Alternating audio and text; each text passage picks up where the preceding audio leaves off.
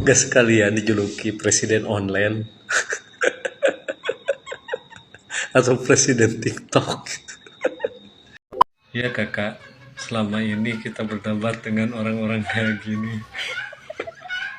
Harus tanggung jawab. Anies Baswedan membuat para pendukung sakit jiwa. Astagfirullah. Anak abah lagi, anak abah lagi. Anak abah suka banget menyebarkan berita hoax. Kali ini datang dari anak abah bernama Rudis, whatever lah ya itu ya. Kita lihat postingannya ya. Ini dia postingan dari Rudis. Apakah rezim pendukung 02 mulai menculik aktivis? Anies yang ingin menghukum KPU dan aksi demo itu pemilu curang. itu kan orang-orang yang buyan semua atau orang gila. Kenapa tuh, Mas? Soalnya kalau sudah menang kan pasti menang. Oke. Terus kalau sudah demo kan Kalau sudah demo nanti ada yang mati, siapa yang tanggung jawab? Bapak kalian memang Anies tuh? Apa memang dia nabi? Apakah dapat kalian menjamin bahwa Anies itu keramat?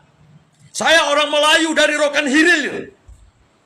Paling benci kalau ada di negara demokrasi ini orang menyatakan kalau tidak memilih Anies dipertahankan. Saya tidak milih. Mau apa? Ustadz Darwis. Duluan saya belajar daripada Ustadz Somad itu lagi. Duluan saya belajar daripada Ustadz muda itu lagi. Masa kalian lebih tahu siapa dia? Kalau ternyata hasilnya berubah gimana?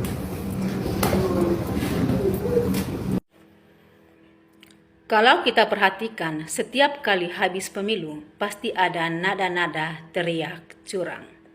Saya rasa bukan hanya pemilu kali ini teriak curang, pemilu sebelumnya juga ada teriak kata curang. Dulu ketika pemilu 2019, Prabowo dengan Pak Jokowi selisih suara sekitar 16 juta. Pendukung Prabowo juga waktu itu tidak mau terima bahwa mereka kalah. Mereka demo, tetapi Prabowo pikir-pikir, tidak ada guna. Dia suruh tarik masanya supaya tidak demo.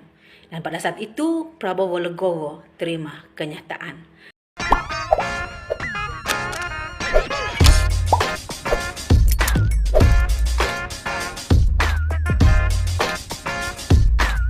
Baik sahabat sekalian, jumpa lagi bersama saya di channel ini, di mana pada kesempatan video kali ini saya akan mereaksi beberapa buah video terkait dengan calon presiden 01 Anies Baswedan. Seperti yang kita ketahui bahwa hingga saat ini Anies Baswedan masih percaya diri bahwa ia akan lolos ke putaran kedua. Walaupun hasil quick count sudah menunjukkan bahwa pasangan Prabowo Gibran sudah unggul bahkan sampai dengan 58%. Dan saat ini real count juga sudah hampir 100%. Namun Anies Baswedan masih yakin dan percaya pada tanggal 20 Maret nanti keputusan KPU akan menyampaikan bahwa Pilpres kali ini akan terjadi 2 putaran. Itu dikarenakan angka atau suara dari Prabowo Gibran belum memenuhi standar yang diberikan, yaitu 50+1. Dan apakah benar demikian? Tentu kita akan menanti juga keputusan resmi dari KPU. Namun dalam video ini beberapa netizen yang mengatakan bahwa Anies ya cocoknya akan menjadi presiden TikTok.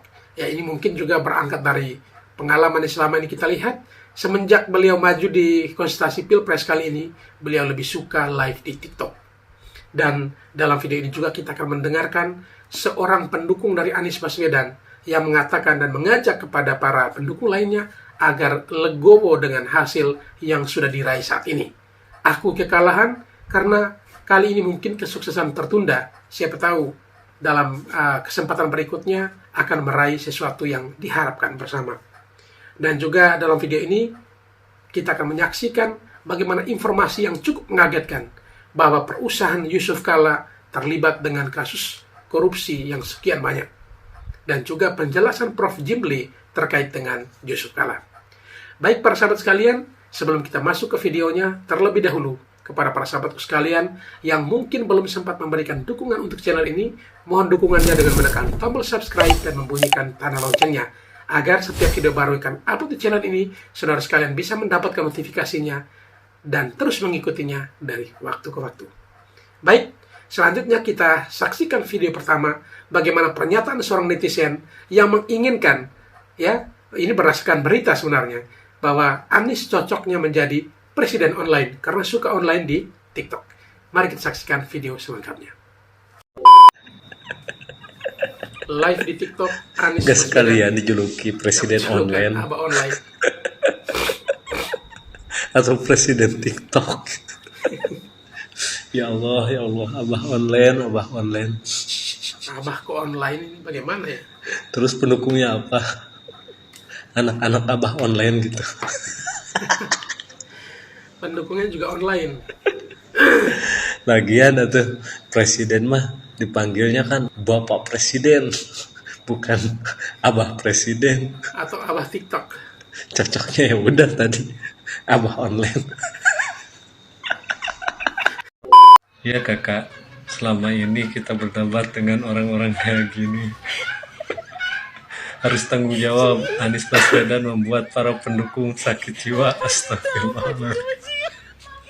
Kader Partai Demokrat Eko Jones merasa calon presiden atau cawapres nomor urut 1 dari Partai Koalisi Perubahan Anies Baswedan membuat para pendukungnya menjadi sakit jiwa. Eko Jones membuat cuitan di platform X, seperti pendukung Anies Baswedan benar-benar mayoritas sakit kejiwaan.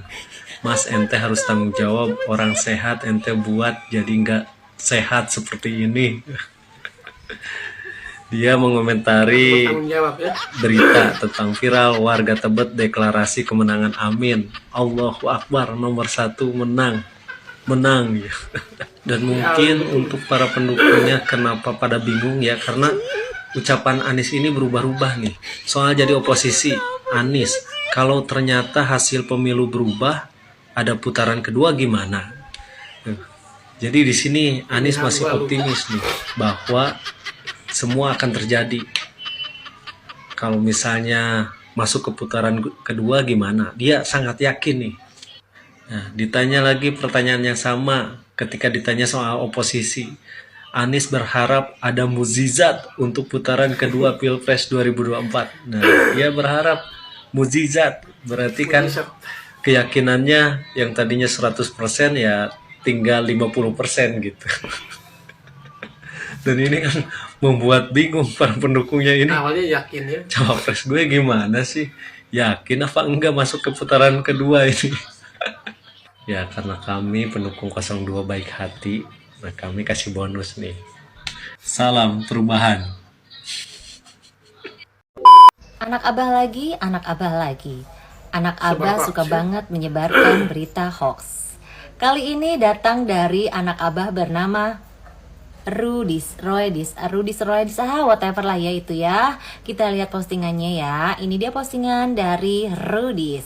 Apakah rezim pendukung 02 mulai menculik aktivis? Wow, minta penjelasannya nih. Kenapa kok oknum polisi mendatangi rumah-rumah aktivis yang melakukan aksi-aksi? Intimidasi apa lagi ini?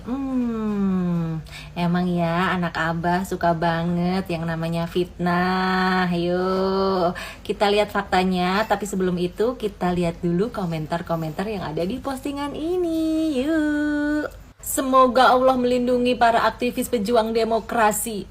Viralkan, kawal terus, videokan dan viralkan. Nah lo kenapa lagi? Maklumlah penculik aktivis lagi pingin berkuasa. Panik woy. Astagfirullahalazim. Kita lihat aja ntar. Viralkan, up. Tim hukum Amin tolong bantu. Mirip kayak kita dulu tahun 96-98, setiap habis rapat malam ada yang ngikutin. Takut banget loh. Ada lagi. Pak Anies Rashid Baswedan, Abah bantu relawanmu. Tuh, Abah, Pak Anies. Tolong Pak, dibantu Pak. Yuk Pak, bisa yuk. Tolong dikasih tahu juga nih ya. Anak-anak Abah jangan pada suka sebar-sebar hoax ya. Karena video itu sebenarnya adalah video tahun 2022 dan faktanya tidak seperti yang kalian tulis itu. Oke, Rudis? Nih, ingat baik-baik ya. Videonya saya sertakan. Dan untuk anak-anak Abah yang lain, ayo stop yang namanya nyebarin berita hoax ya. Malu nggak? Anak-anak abah masih punya rasa malu nggak? Punya kan? Malu dong. Yang penting sekarang kooperatif. Nah, kita nanti minta keterangan. Polisi telah menangkap Jafar Sodik, terduga pelaku pengeroyokan terhadap AKP Rudi Wira saat demo 11 April kemarin. ini berita sebenarnya Jafar kan Sodik lain. dijemput aparat dari Polda Metro Jaya di kediamannya pada Kamis 14 April malam.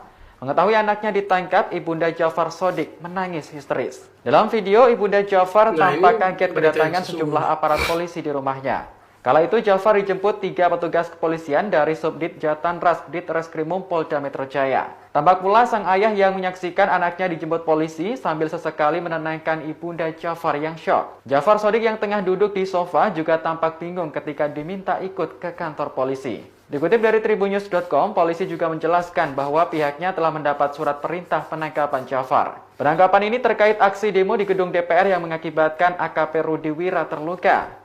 Di hadapan Kebebasan berbicara. Teman-teman merasakan nggak ada perubahan kebebasan berbicara beberapa tahun ini? Iya, menurun. Dengan mudahnya Pak Anies mengatakan kebebasan berbicara di Indonesia itu menurun. Indeks demokrasi yang ada di Indonesia itu.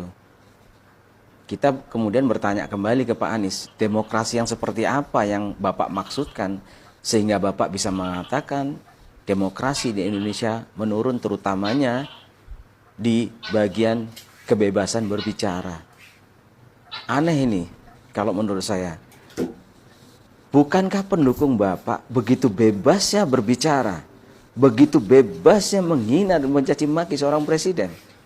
Lantas kebebasan seperti apa yang Bapak maksud? Bukankah sebegitu bebasnya sehingga kita memberikan ruang atas nama demokrasi dan kalian menggunakan demokrasi itu hanya sibuk untuk mencaci maki? Yang menurun itu apanya, Pak? Pertanyaan kami itu jadinya aneh itu. Kalau dibilang menurun.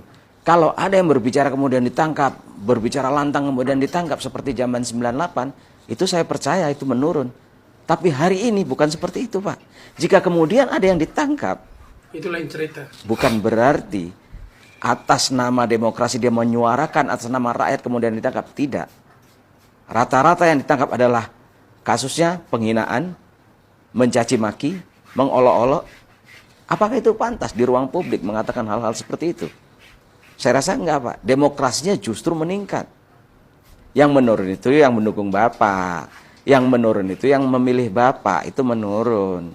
Jadi jangan diartikan pemilih yang memilih Bapak itu menurun, kemudian Bapak bilang demokrasinya yang menurun. Ya enggak banget lah, Pak. Bapak enggak jujur dalam hal ini, Pak. Silahkan Bapak nilai kembali, kemudian pakai hati, pakai kejujuran. Itu pendukung Bapak itu banyak sekali itu yang menghina, mencaci maki semaunya atas nama demokrasi loh, Pak. Jadi demokrasi seperti apa yang Bapak maksud? Gitu aja ya, Pak ya. Dampaknya buat kehormatan dan kepercayaan Main biola dan lingkungan orang. Kalahnya pres, Abah mulai percaya. Satu orang, bukan 2 orang, undang jutaan rakyat Indonesia dan menginginkan perubahan. Sehingga awal menjadi bagian dari perjuangan perubahan. Kubu Amin siapkan 1000 pengacara gugat kecurangan pemilu di MK. Wah, seru nih. 1000 pengacara. Kira-kira Bapak Prabowo untuk melawan 1000 pengacara yang disiapkan oleh Kubu Amin ini, berapa pengacara sih yang dibutuhkan? Nah, ternyata Kubu Prabowo Gibran sudah menyiapkan 36 pengacara hadapi gugatan di MK. 1000 pengacara lawan 36 pengacara. Kira-kira kalau bahasa Sunda namanya, lamun ngadu ilmu menang mana gitu. Teka bayangnya, lamun 1000 pengacara gitu. Eleh ku 36 pengacara.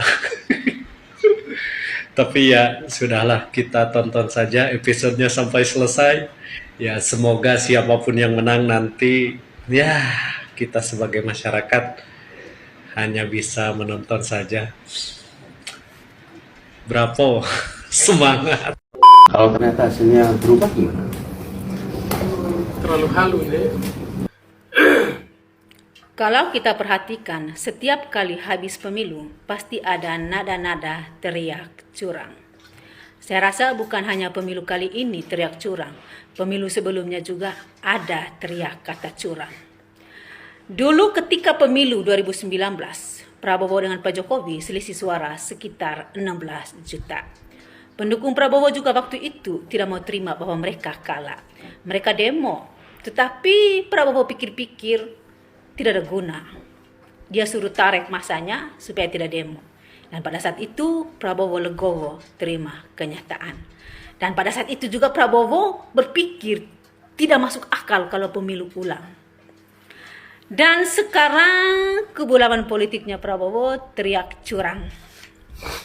Kalau kita perhatikan apa yang digembar-gemborkan di sosial media bahwa hasil pemilu curang-curang. Tetapi ketika disurvei secara fakta ke lapangan tidak seperti yang digembar-gemborkan di sosial media.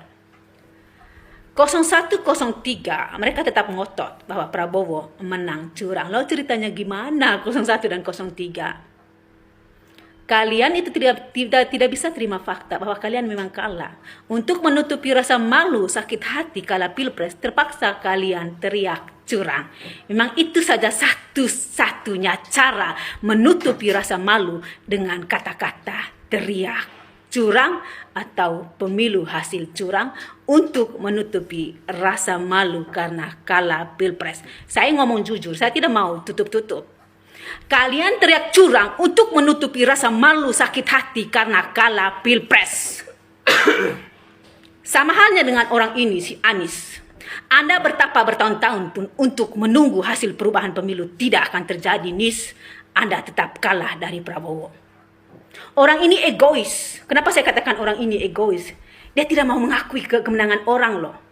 Dia ingin ambisi untuk berkuasa sehingga tidak mau mengakui kemenangan orang. Dia selalu teriak-teriak curang, hak angket lah. Sama halnya juga dengan PDI Perjuangan. Ketika mereka menang dulu, mereka diam kayak kura-kura. Ketika kalah, lalu mereka keluar semua teriak curang. Lo buktikan ada MK, bawa ke MK. Dan berapa pemilu, berapa TPS yang curang. Kalian kali bagi dong. Apakah kecurangan setiap TPS bisa menutupi selisih suara sekitar 40 juta?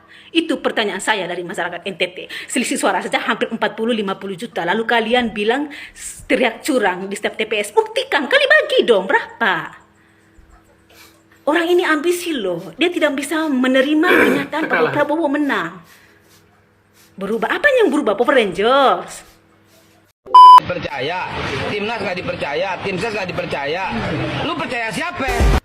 Mungkin yang dia percaya tuh cuman abahnya aja, Bang. Soalnya sama abahnya dijanjiin surga kalau milih dia. Surga dia ya? percaya. Terus ibaratnya gini ya kan, dia itu kan ibaratnya kalau tumbuhan tuh kayak baru tunas gitu ya. Sedangkan Pak Prabowo tuh udah pohonnya udah berbuah, udah berbunga, udah berbuah gitu. Jadi wajar kan orang-orang lebih tahu Pak Prabowo, terus banyak pemilihnya gitu. Karena memang dari semenjak sama Pak Jokowi itu kan pendukungnya pasti lebih banyak lagi gitu. Tapi kan itu quick count, belum real count. Ya nggak apa-apa. Kalau tidak percaya dengan sampel, jangan periksa darah lagi di lab. Karena laboratorium itu kalau periksa hanya satu tetes darah. Kalau kita tidak percaya untuk mengetahui keseluruhan darah yang ada untuk mengetahui. Tapi kalau kita tidak percaya dengan satu tetes darah, maka sedot seluruh darah untuk diperiksa. Tidak akan sampai 2 hari, besoknya sudah akan muncul isu curang. Semua pemilu itu dituduh curang oleh yang kalah. Saya menjadi hakim ketika menghadapi kasus-kasus seperti itu. Pokoknya yang kalah langsung bilang curang, kita ke pengadilan. Sesudah diperiksa oleh pengadilan, kontestannya itu tidak curang. Yang curang itu di bawah. Dan curang di bawah itu adalah silang, sama-sama curang. Apakah kalau ada yang curang begitu pemilu batal? Tidak. Pemilu atau hasilnya bisa dinyatakan batal manakala kecurangan itu signifikan. Ketika Pak Ganjar menyampaikan keinginan untuk melakukan angket itu, sebenarnya kalian ini bukan lagi tentang negara ini yang kalian mau majukan, bukan. Tapi ego kalian masing-masing yang hanya ingin menang, ingin menjadi seorang presiden di Indonesia ini. Itulah kalian, bukan mau memajukan negara ini. Setelah kalah, kalian mencari jalan keluar bagaimana supaya batal kemenangan ini. Padahal kalian sendiri pernah mengikuti pemilihan gubernur, menang beberapa kali, ada yang kalah menerima Anda sebagai pemenang. Kenapa ini enggak kau terima kekalahanmu? Direktur PT Bukaka, teknik utama, perusahaan milik keluarga Yusuf Kala, jadi tersangka korupsi tol MBZ. Melakukan permufakatan jahat, mengatur dan merubah spesifikasi barang-barang tertentu sehingga barang yang dapat memenuhi syarat adalah perusahaan yang bersangkutan. Sampai saat ini 160 saksi tadi itu ya, termasuk 3-4 orang yang jadi tersangka. Saya pikir sih penyidik ini sudah punya pola strategi ya bagaimana membangun konstruksi hukum daripada suatu perkara ya. Kesulitan-kesulitan itu belum ada yang menjadi keluhan bagi kita karena kita sudah terbiasa menangani perkara-perkara besar ya, yang kerugiannya yang lebih dari ini juga kita biasa, bahkan ada yang kerugian 100 triliun kemarin Duta Palma itu juga tidak jadi masalah, yang awalnya juga ada sesuatu penghilangan barang bukti, penghalang-halangan suatu kegiatan penyidikan. Saya pikir kita sudah biasa melakukan hal seperti itu.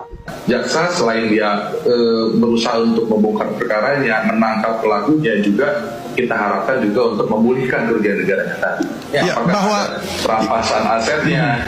Tapi ada yang baik sekarang ini, politik identitas sudah turun. Nggak ada, ya.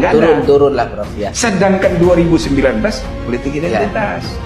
Karena baru dampak dari Pilgub. Ya, Pilgub DKI itu salah satu yang terburuk juga 2018 tuh. 2017 itu. Saya masih di KPP. Saya kan keliling TPS. Ya. Saya menemukan di kantor-kantor partai itu berkarung-karung beras, berkarung-karung gula. Lalu polisi di Jakarta Selatan, Jakarta Utara mengambil itu. Lalu saya datang ke Polres.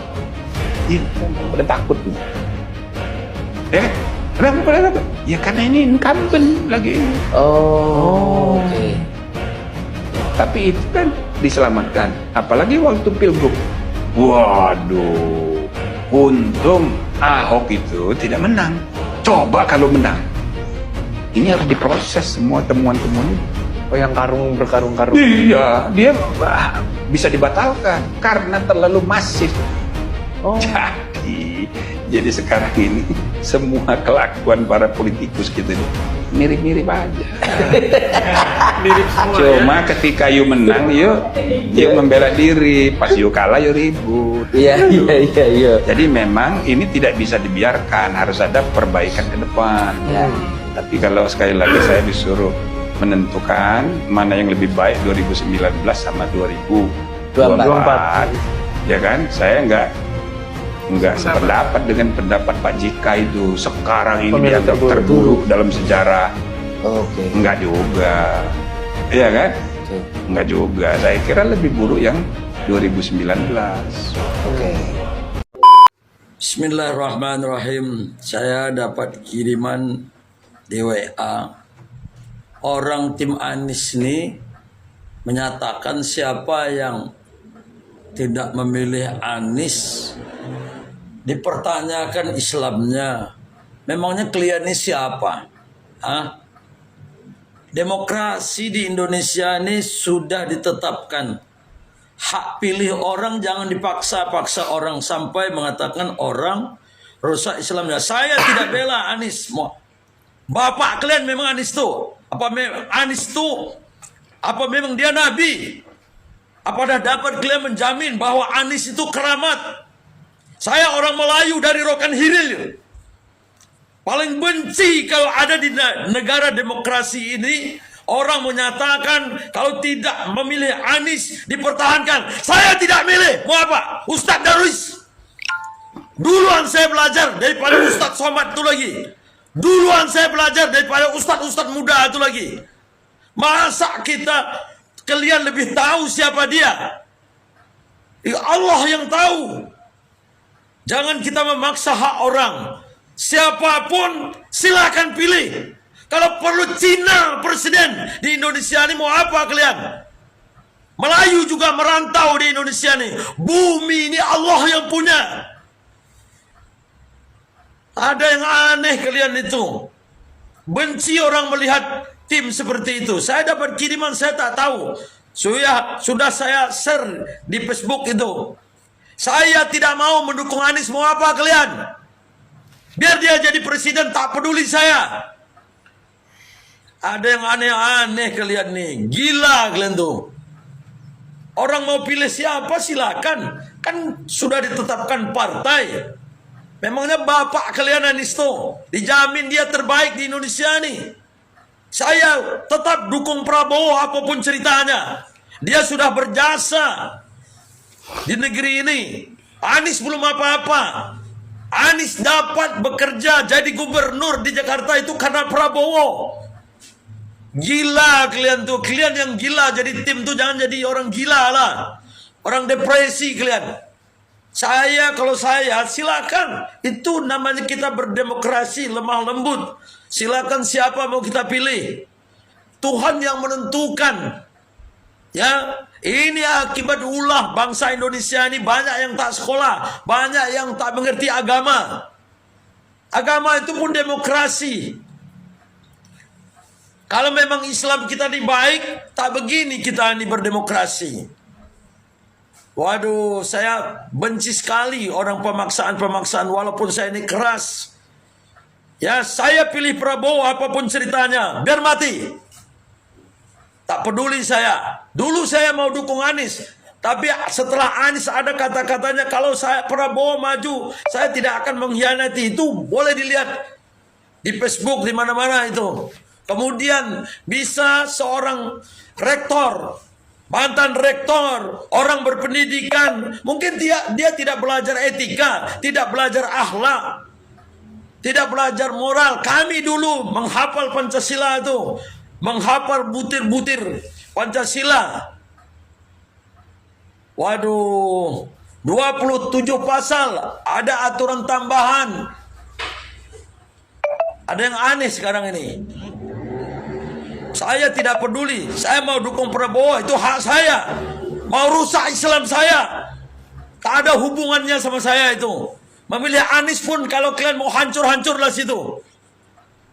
Jangan berdemokrasi seperti ini. Ini Haji Darwis. Saya pilih Prabowo. Mau apa kalian? Tampang kalian tampang PKI, ku tengok.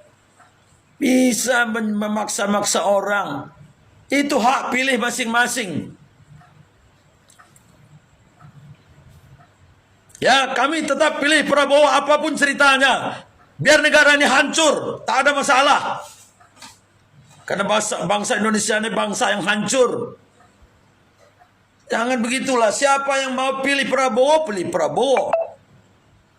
Saya pernah ke Jawa Timur bertanya tentang Ganjar. Saya pernah bertanya tentang Anies.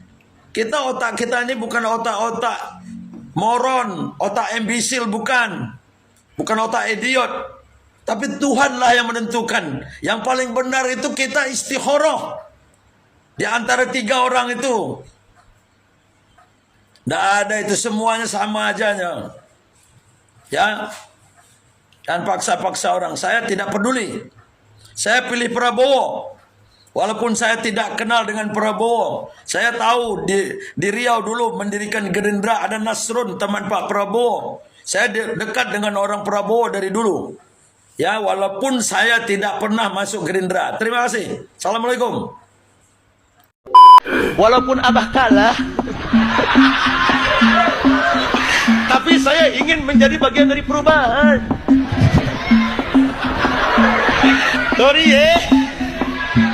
Aduh, harusnya ngikut gemoy. Kalau ternyata ada putaran kedua gimana? Putaran kedua, Pak Anies berharap banget. Kayaknya nggak akan ada deh Pak Anies putaran kedua.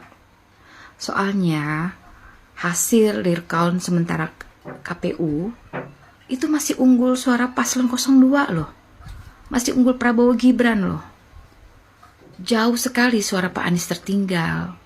Udahlah Pak Anies, sadar, berdamai dengan hati, legowo. Pak Anies dan Pak Tom Lembong yang terhormat, mungkin Pak Anies lupa ya, saya ingatkan kembali bahwa Pak Anies itu pernah menjabat sebagai direktur lembaga survei. Pernah ya Pak? Dan Pak Anies 2017 itu menang di Pilgub DKI, bereforia, bersuka cita pada saat itu di 2017. Ingat nggak Pak? Ingat ya Pak? Hasil dari hitungan cepat atau quick count. Dan Pak Ganjar tuh 2 periode menjabat Gubernur Jawa Tengah hasil dari quick count gitu. Kenapa kok sekarang Pak Ganjar, Pak Anies jadi alergi sih sama quick count gitu? Ada apa jadi alergi sama quick count itu gitu? Sehingga akhirnya pemerintah menghapus sudah quick count yang tidak diyakini oleh Pak Ganjar dan Pak Anies gitu kan. Padahal Pak Anies pernah jadi direktur lembaga survei. Lalu muncul real count KPU untuk sementara, hasil daripada KPU sementara. Dan masih unggul suara paslon 02, yaitu suaranya Prabowo Gibran. Terus Pak Anies masih berharap semoga masih ada perubahan dan ada putaran kedua. Kayaknya ini Pak Anies nggak bisa berlapang dada ya. Tidak siap mental untuk menerima kekalahan. Pak, Mbak Puan aja mengatakan di dalam sebuah kontestasi pilpres itu pasti ada yang kalah, ada yang menang, dan harus siap untuk semua itu, gitu loh. Dan Pak Prabowo lah 2024 sebagai pemenangnya saat ini, karena dilihat di rekapitulasi sementara KPU, di real count-nya KPU itu masih unggul suaranya paslon 02 Pak Prabowo dan Gibran. Jauh tertinggal sudah suara Pak Anies dan Pak Ganjar. Lalu kemudian tidak terima, dinyatakan, dirasakan gitu ya sama Pak Anies dan Pak Ganjar. Ada kecurangan-kecurangan di situ gitu loh. Padahal kita tahu di video-video yang bertebaran di media sosial, banyak sekali kecurangan-kecurangan yang dilakukan oleh paslon 03 dan 01 ketimbang 02 gitu loh. Dan ini dikait-kaitkan juga dengan bansos. Apa hubungannya kalau pemerintah memberikan bansos lalu dengan suara 02? Toh yang memilih rakyat loh. Rakyat memilih bukan karena bansos, tapi bagaimana rakyat itu trust kepada paslon 02. Atau mungkin juga sekedar berempati kepada paslon 02 setelah kesombongan Pak Ganjar dan Pak Anies pada saat debat pilpres. Itu juga mempengaruhi Pak. Bagaimana Pak Ganjar dan Pak Anies sombong, mengkerdilkan sosok seorang Prabowo Subianto yang dulunya pernah mengangkat Bapak, Pak Anies ya. Begitu selesai dipecat dari menteri, kemudian diangkat, diusung di DKI dan kemudian jadi Gubernur DKI, dan Bapak merendahkan beliau. Itu juga menimbulkan empati kepada masyarakat. Masyarakat akhirnya memilih Pak Prabowo gitu. Itu karena apa? Karena kesombongan Bapak. Bapak sudah mendiskriminasi ya, mempersekusi Pak Prabowo dengan nilai yang sangat rendah gitu loh. Itulah sombongnya Bapak, Pak Anies, Pak Ganjar. Akhirnya apa? Masyarakat berempati kepada Pak Prabowo. Kemudian hinaan-hinaan yang bertubi-tubi diterima oleh Pak Prabowo dan Mas Gibran ya. Sebagai anak haram, belimbing sayur, orang yang sudah tua, stroke, penyakitan, bahkan mungkin katanya tidak akan lama lagi meninggal gitu ya. Itulah hinaan-hinaan yang diterima Pak Prabowo gitu loh. Fitnahan-fitnahan yang diterima Pak Prabowo oleh pendukung-pendukung Bapak itu Itu yang akhirnya membuat simpati dan empati masyarakat kepada Pak Prabowo dan Gibran. Karena apa? Menyikapinya dengan tenang gitu ya, Pak Prabowo gitu. Mas Gibran juga yang begitu muda gitu ya, tidak terpancing gitu. Bahkan malah hinaan-hinaan itu menjadi candaan gitu kan. Kayak disebut Samsul gitu kan. Akhirnya Mas Gibran menggunakan kaos bola bertuliskan Samsul. Itu malah diapresiasi positif oleh Mas Gibran gitu loh. Ditanggapinya oleh masyarakat akhirnya menjadi demokrasi yang riang gembira. Itulah yang akhirnya mengakibatkan suara Pak Prabowo dan Mas Gibran ini semakin bertambah dukungannya gitu. Nah terus Pak Ganjar merasakan ini, katanya ini sebuah kecurangan. Kecurangan di mana? Karena rakyat yang memilih gitu loh, bukan Pak Jokowi, bukan. Menginginkan adanya hak angket. Pak Ganjar ini kan cuma petugas partai ya, kader partai, bukan ketua umum partai.